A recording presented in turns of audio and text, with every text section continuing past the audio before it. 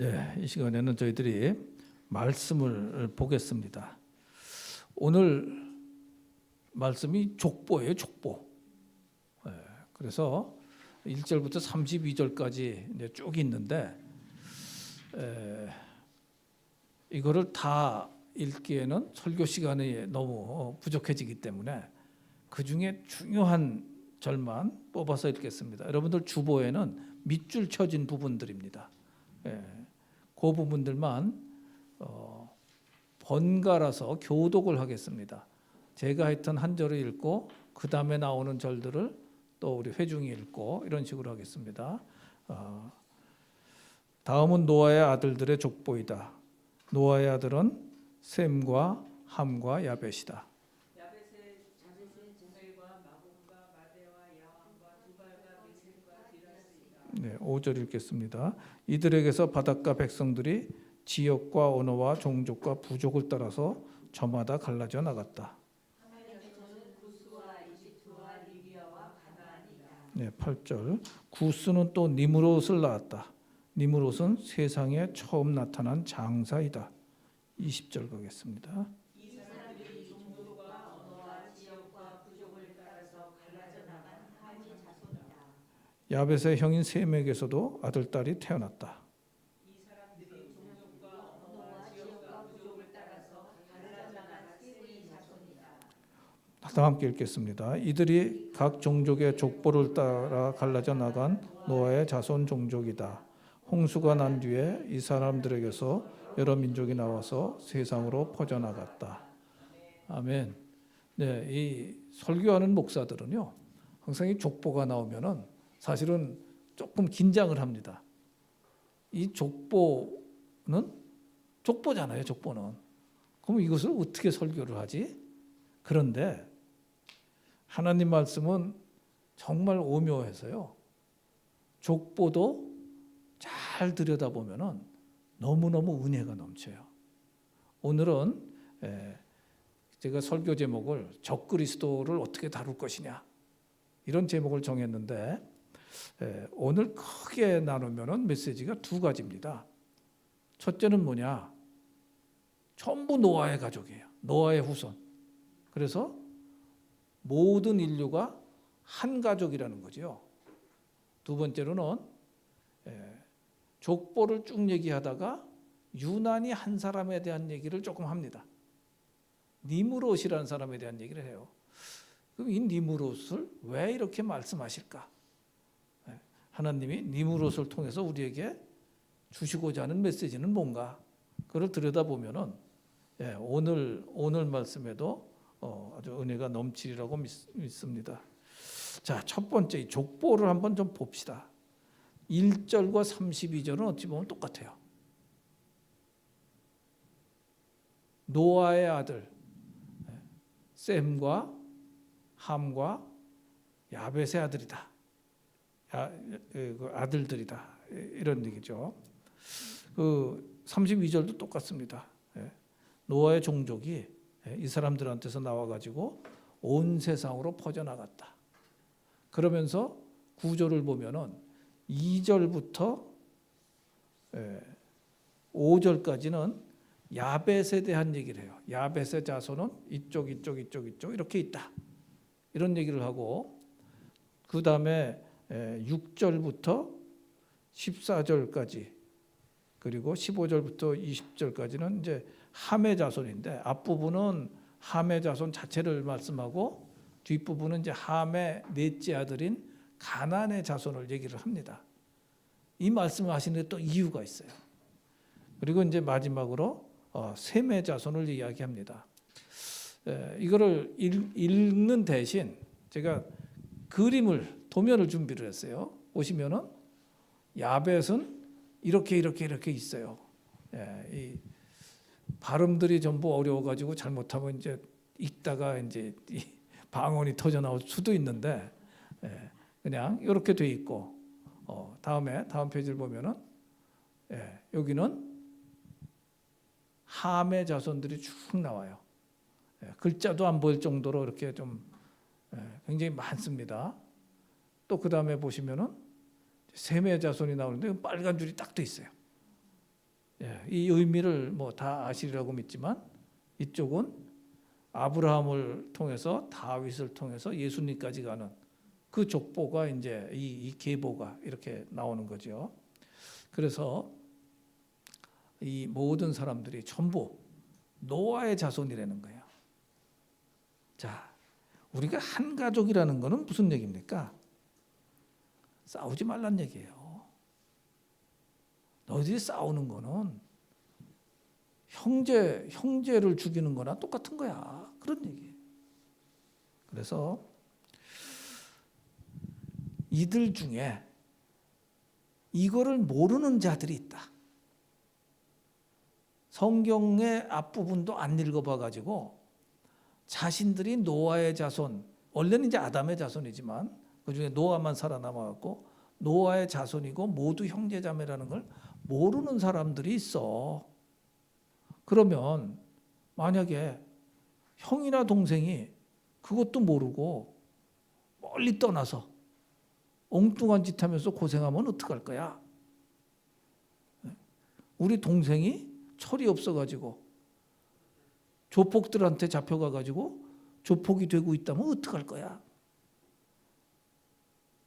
여러분들의 동생이나 여러분들의 자녀라고 한번 생각을 해보세요.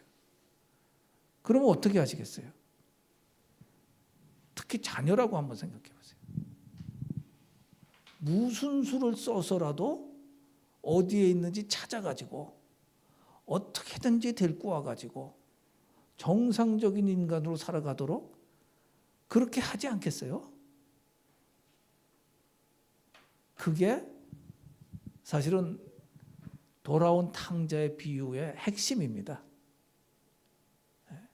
돌아온 탕자에서 여러 가지 설교를 하고 여러 가지를 우리가 배울 수 있지만 거기서 하나님의 성품을 배우고 뭐 형이 나쁜 놈이다 이런 걸 배우는 게 아니에요. 아주 기본적인 메시지는 너희들 바리새인들아, 너희 형제들이 하나님도 모르고 정말 어둠 속에 살아가고 있는데 그거를 찾으러 갈 생각은 안 하고 너희들끼리만 하나님 잘 섬겨 이러고서 잔치하면서 살래? 이게 이제 누가복음 15장에 나오는 돌아온 탕자의 비유의 기본 메시지입니다. 이 부분은 나중에 여러 번 이제 그 선교에 대한 메시지들이 나오니까 그때 또 보기로 하고 오늘 메시지의 핵심은 두 번째 파트예요. 두 번째 파트가 뭐예요? 자, 다음 페이지 한번 줘보세요. 이것도 한번 보고 넘어갑시다.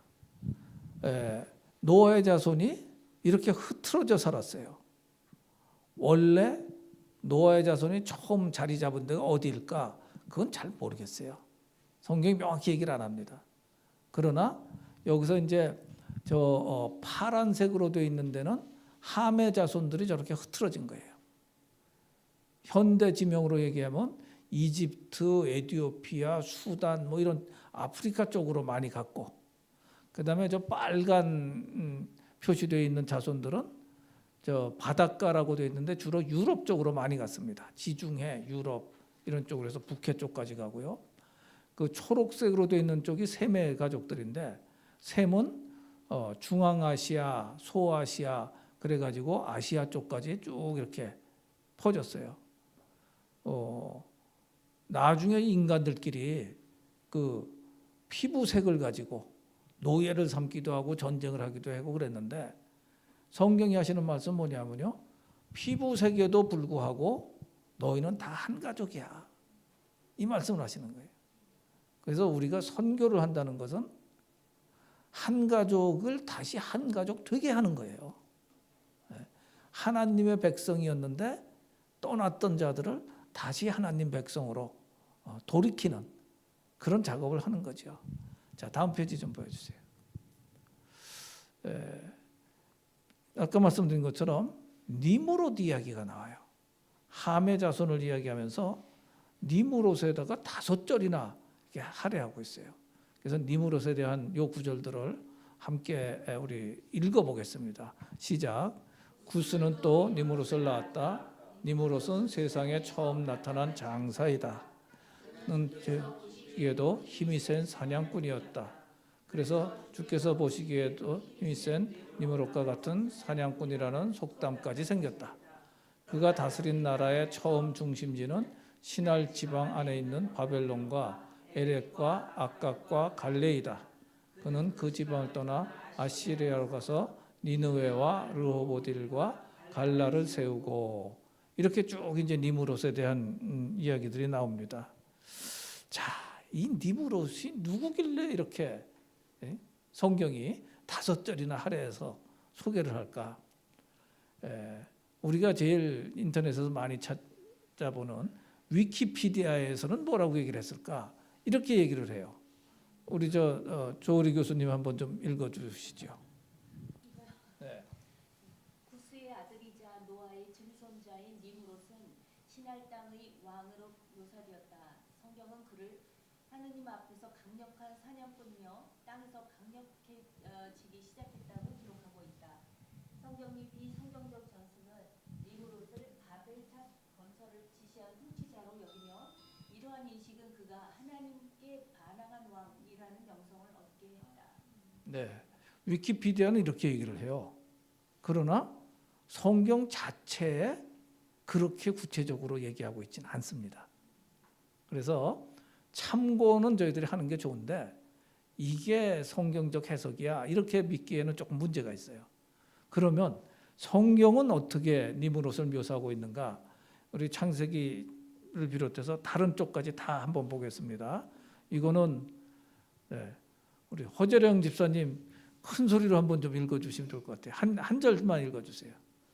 구스는 또 니므롯이라는 아들을 낳았는데 그는 세상에서 최초의 정복자였다. 네, 9절은 우리 허미애 전도사님 한번 읽어주시고. 그는 여호와를 무시한 힘센 사냥꾼이었으므로 니므롯처럼 여호와를 무시하는 힘센 사냥꾼이라는 유행어까지 생기게 되었다. 네, 박옥정 집사님. 또 구스에게 니므롯이라는 아들이 있었는데 그는 세상에서 최초의 정복자였다. 네, 그 이혜정 사모. 지도자들이 칼로 니므롯 땅 아시리아를 다스릴 것이다. 아시리아 사람들이 우리 땅을 침략할 때 그들이 우리를 아시리아 사람의 손에서 구해낼 것이다. 네, 여기 보면 이제 아까 읽었던 우리 표준 세번역으로 읽었던 창세기 10장 8절 9절이 현대인의 성경에 보면은 뉘앙스가 굉장히 달라요. 다르죠? 니므롯이 하나님을 무시하는 사냥꾼이었다라고 원전의 뉘앙스가 그게 있는 거예요. 왜 그랬느냐? 성경대로 보면은 자기 힘이 세니까, 다른 말로 하면 자기 권력이 막강하니까 하나님을 무시했다는 거예요. 그다음에 이제 역대상에 나오는 니므롯에 대한 이야기인데 이렇게 이제 얘기를 했던 거죠. 쫙 그 아담부터 쭉 이렇게 내려가면서 그는 세상에서 최초의 정복자였다 이렇게 얘기를 하고 있어요, 성경에서. 그리고 미가서의 예언에 보면은 그 과거 얘기를 하면서 그 지도자들이 칼로 니므롯의 땅 아시리아라는 얘기예요. 니므롯 땅이라는 것은 아시리아를 다스릴 것이다. 아시리아 사람들이 우리를 정복할 텐데 그들이 그 지도자들이 우리를 아시리아 사람의 손에서 구해낼 것이다. 이런 이제 미가 선지자의 예언이 있는 거고요. 여기서 보면은 아시리아 땅을 니므롯 땅이라고 그러는 거예요.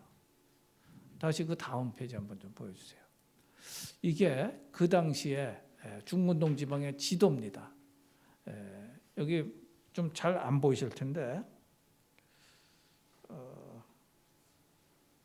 제가 그냥 손가락으로 조금 보여드릴게요. 아까 읽은 구절들을 기억을 해보시면은 이런 얘기가 나와요. 창세기 10장에는 바벨론과 에렉이라는 지명이 나옵니다. 그러니까 이쪽이 신할 땅이라고 그러고 나중에 어디로 옮겨갔다? 니느웨와 갈라로 옮겨갔다고 그래요. 이 위쪽이에요. 나중에 여기가 이제 그 아수르, 시리아가 점령하는 지역이거든요. 그러니까 신할 땅은 이 지역이었고 이쪽으로 옮겨갔다. 그건 무슨 얘기냐? 정복자였다는 얘기고요. 다음 페이지 한번 좀 보여줘 보세요.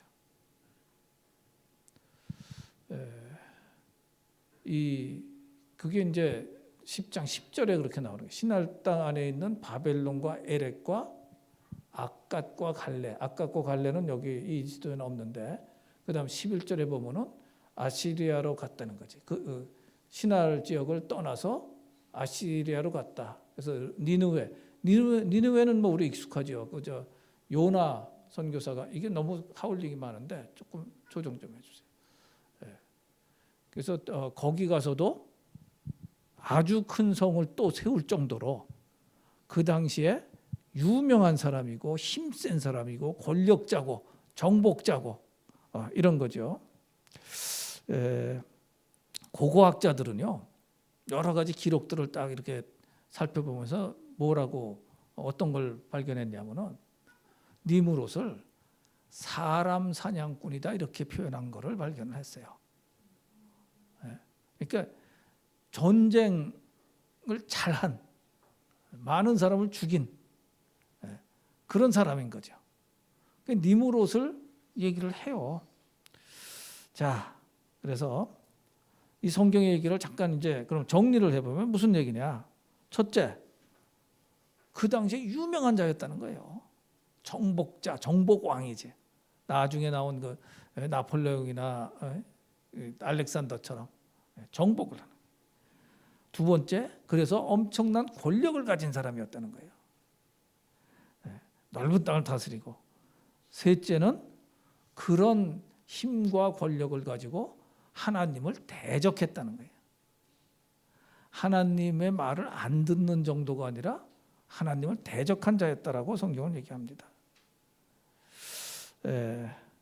그래서 이렇게 엄청난 권력과 이 힘을 가진 자가 한 일이 뭐냐? 아까 보신 구절을 보면은 성을 세웠지만 결국 바벨탑 세웠다는 거예요. 바벨탑. 이제 우리가 다음 주 설교에 바벨탑 말씀을 드립니다. 바벨탑 세우다가 하나님한테 야단 맞은 자로 끝났다는 겁니다.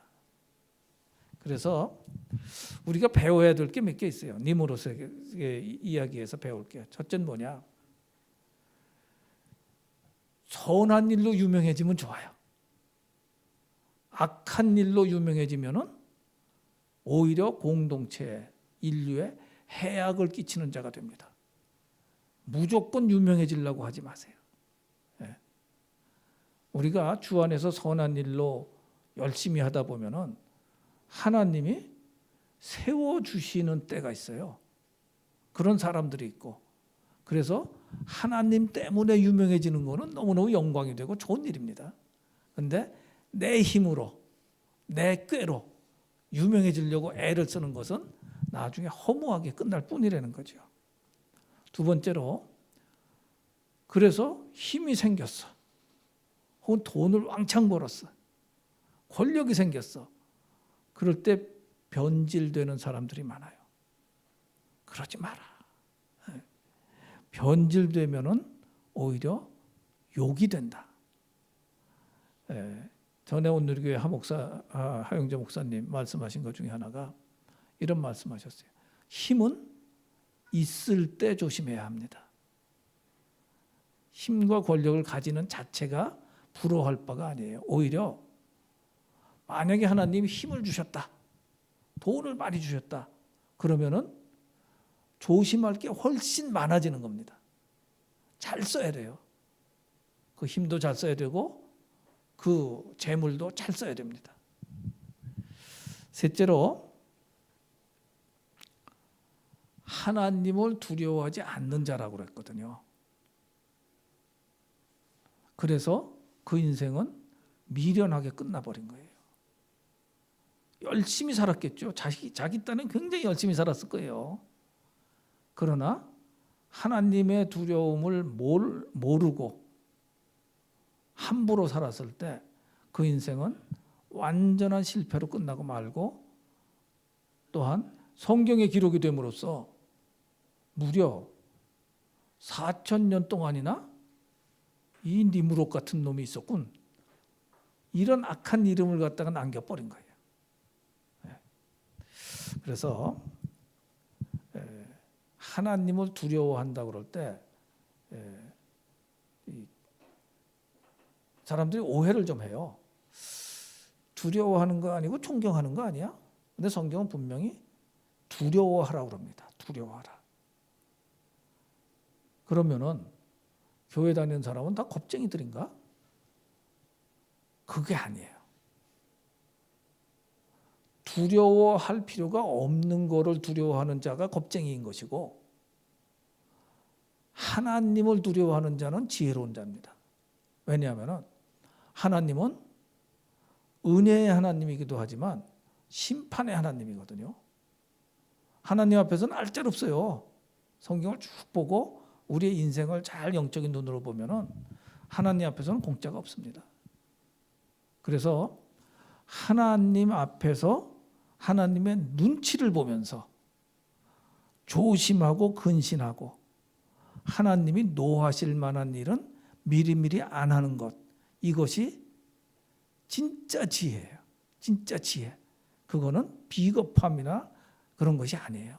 그래서 우리는 하나님을 두려워하면서 사는 것이 중요합니다.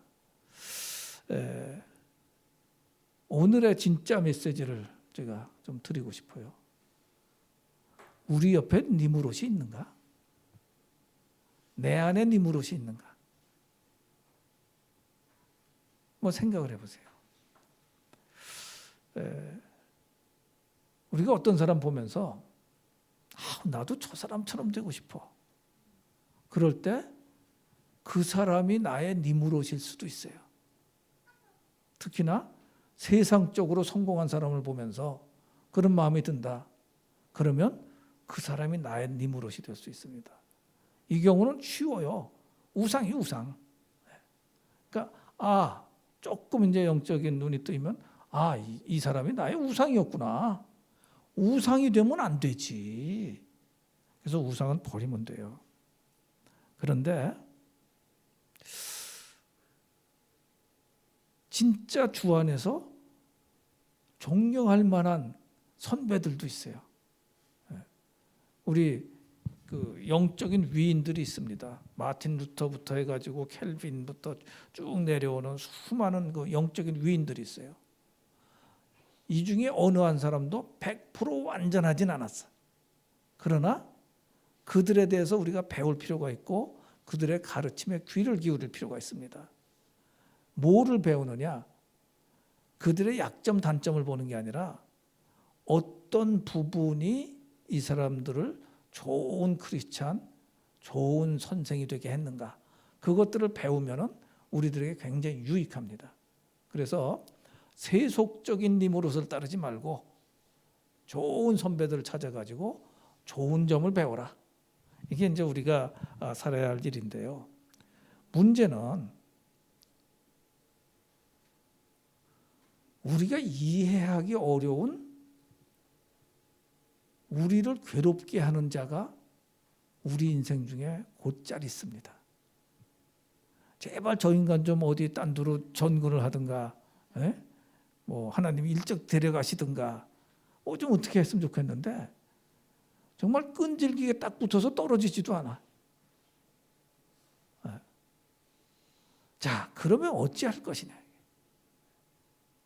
니무롯은요, 아까 말씀드린 것처럼 바벨탑을 세웠잖아요.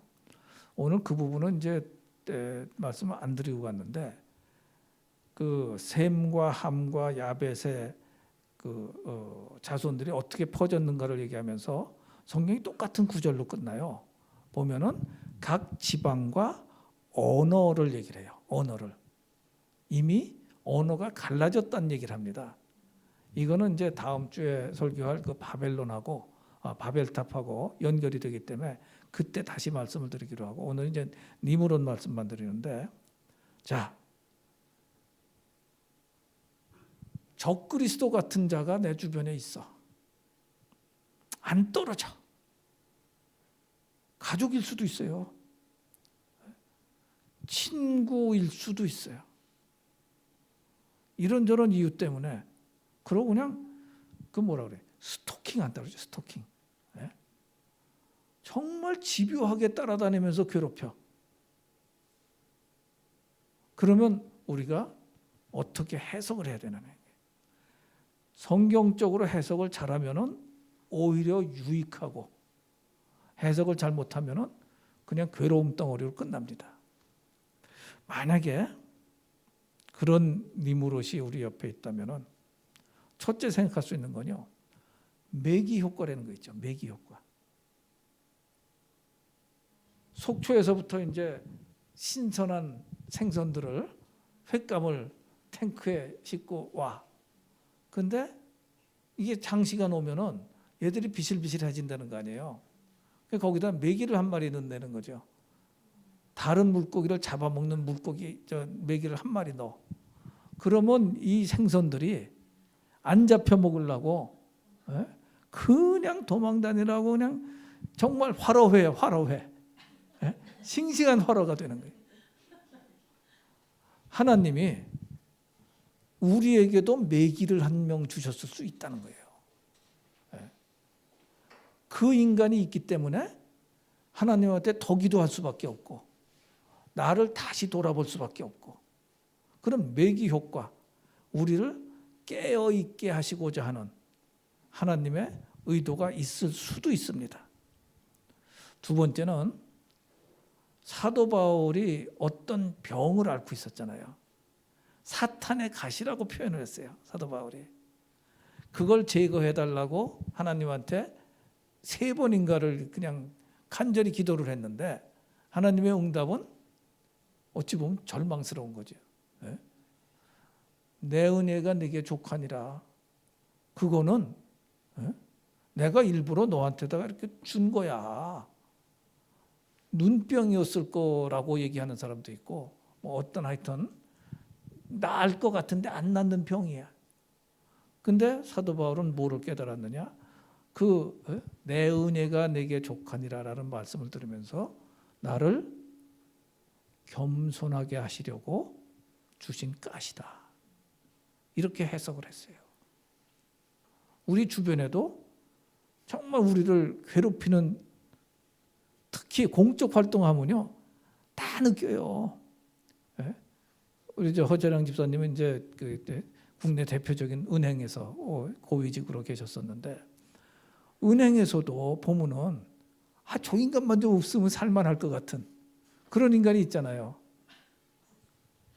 없으셨나? 성품이 워낙 좋아서 없으셨는지 모르겠는데, 그런데 그 인간이 어느 날 전근을 갔어. 신기하게도 딴 인간이 또 괴롭혀.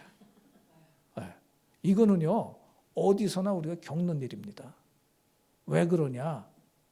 매기 효과일 수도 있지만 또 겸손하라는 하나님의 인도하심일 수도 있어요. 세 번째는요, 우리 믿음의 테스트일 수가 있습니다.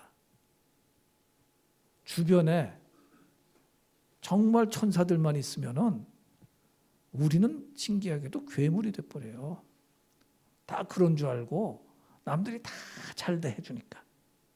천사들만 있는 게 하나님의 축복이 아니에요. 사탄을 없애버리시면 되는데 왜 놔두세요, 사탄을? 사탄이 있는 게 영적으로는 우리에게 유익한 거예요. 왜냐? 사탄이 계속 우리를 시험을 하거든. 그거를 이겨내느냐 못 이겨내느냐를 보시는 거예요, 하나님이. 보실 뿐만 아니라 그거를 이겨냈을 때 우리가 영적으로 한 단계 한 단계 성장을 합니다. 그런데 이게 말이 쉽지 절대로 쉬운 일이 아니에요. 여러분들 이런 책을 보신 분들이 있으실 거예요. 아주 유명한 경영 관련 서적이에요. 영어로 Good to Great이고 한국말로 좋은 기업을 넘어 위대한 기업으로. 이 책에 아주 묘한 얘기가 하나 나와요. 소위 그 이름도 붙었어요. 스톡데일 패러독스라는 게 나옵니다. 한번 좀 다음 페이지 한번 봐보세요. 이거예요. 스톡데일 패러독스는 이건 사람 이름입니다. 그 밑에 있는 대로 베트남 때 해군 장성인 제임스 스톡데일 장군이 하노이 쪽에서 포로가 됐어요. 그래가지고 온갖 고문을 당하고 그랬는데 8년 만에 이분은 건강하게 풀려났어요. 근데 수많은 사람들이 죽었어. 그 고문과 그 수용소의 열악한 환경과. 그래서 이제 이 저자가 인터뷰를 하면서 물어봤어요. 아니 장군은 이렇게 풀려나셨는데 어떤 사람들이 죽었습니까? 그랬더니 낙관주의자들이 죽었다는 거예요. 이상하죠? 낙관주의자들이 죽었어요. 그러니까 이들이 이렇게 이제 막 서로 주장을 막 한 거야. 크리스마스 멀지 않았는데 이번 크리스마스에는 풀려날 거야. 하나님의 선물로. 근데 안 풀려나. 그 다음에 이번 부활절에 우리도 부활할 거야. 근데 안 풀려나. 낙관주의자들은 못 견디고 다 죽었다는 거예요. 이 포로 수용소에서는요, 아주 좋은 포로 수용소에서는 모르겠는데 대부분 전쟁 때는 그 미움, 분노 이런 게 가득 차가지고 아주 열악하거든요. 사실은 거의 죽이고 싶은 정도인데 못 죽이고 가둬두는 거거든. 그러니까 뭐 여러 가지 부분들이 많아요. 질병도 심하고. 스탁데일 장군은요, 이 포로들, 그러니까 그 수용소에 갇혀 있는 사람 중에 제일 계급이 높은 사람이었대요. 그래가지고 룰들도 막 만든 거예요. 각종 규칙들을. 그래서 고문을 당할 때 어느 정도의 고문을 당하면 어느 정도까지는 정보를 흘려도 괜찮다. 이런 식의 그 룰들을 다 만들어 준 거예요. 오래 버틸 수 있게. 그러면서 이분이 어떤 생각을 가지고 어떻게 얘기를 했느냐? 우리는 분명히 풀려난다. 분명히 풀려나. 그러나 금방은 아니야. 우리가 원하고 우리가 생각하는 그 시점에 금방 풀려나지는 않아. 그러니까 그래서 패러독스란 말이 붙는 거예요. 무슨 얘기냐? 분명히 풀려날 것을 믿는데 확신을 하는데 눈앞에 있는 현실은 금방 안 사라질 거야. 이게 이분이 결국 거의 유일하게 몇 명만 마지막까지 버티고 살아남았던 그 신념이에요. 믿음이에요. 이 이야기는 우리에게 많은 시사점을 줍니다. 낙관주의를 가지면요, 그 자체가 요즘 쓰는 용어로 희망 고문이 돼버려요. 저 인간 사라질 것 같은데 사라지겠지. 안 사라져. 또 이제 몇 달만 있으면 없어지겠지. 안 사라져. 이게 희망 고문이 돼버려요. 인간에게 너무너무 힘든 게 희망 고문입니다. 예수 믿으면은 저절로 잘 될 거야. 희망 고문이 될 수 있어요. 아니에요. 참 믿음 있으면 반드시 잘 됩니다. 그러나 우리 시계대로, 우리 칼렌더대로 되지 않아요. 하나님의 칼렌더대로 반드시 돼. 약속대로 반드시 돼. 그러나 지금 현실의 냉혹함은 냉혹함대로 인정을 하면서 하나님의 때가 되기 전에는 이 냉혹함은 사라지지 않아. 이런 이중적인, 그리고 패러독시칼하다 그러죠. 서로 모순되는 것 같은 믿음, 이것을 가지고 사는 것이 우리의 믿음 생활이에요. 그래서 우리 주변에 정말 니무롯 같은 자가 있다든가 아니면 니무롯 같은 현상이 있다든가, 아무리 해도 이 가난이 안 벗어져? 그럴 수도 있어요. 제가 회사에 이렇게 경영을 하는데 한 15년 동안을 매년 적자를 봤어요. 그러면 딱 이런 생각이 들어요. 내년엔 좀 좋아지겠지. 내년엔 좀 좋아지겠지. 그게 조금 좋아지려고 적자에서 이제 이렇게 물에서 머리 내밀듯이 싹 머리를 딱 내밀면요, 한 방 딱 맞아. 직원이 실수를 해가지고 1,000만 원어치 주문을 해야 되는데 몇 억어치를 주문을 했어. 신입 여직원이. 그것도 한동대 나온 여직원이. 이거 참 어떻게 하지도 못하고 가난한 사람한테 그거 물리지도 못하고 그냥 내보내고 말았는데, 그런 일이 딱 벌어지는 거 하면요, 저는 제 딴에 굉장히 정직하게 이 모든 장부도 하고 거래도 하거든요. 그런데 또